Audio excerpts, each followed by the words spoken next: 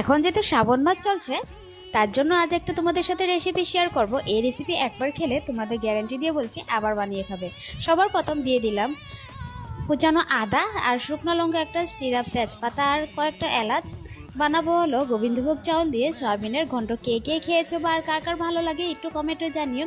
তারপর বয়েল করে রাখা সয়া চাংগুলো আর গোবিন্দভোগ চাল আর আলু দিয়ে দিলাম, স্বাদ মতো নুন, হলুদ গুঁড়ো দিয়ে ভালো করে লাড়াচাড়া করলাম।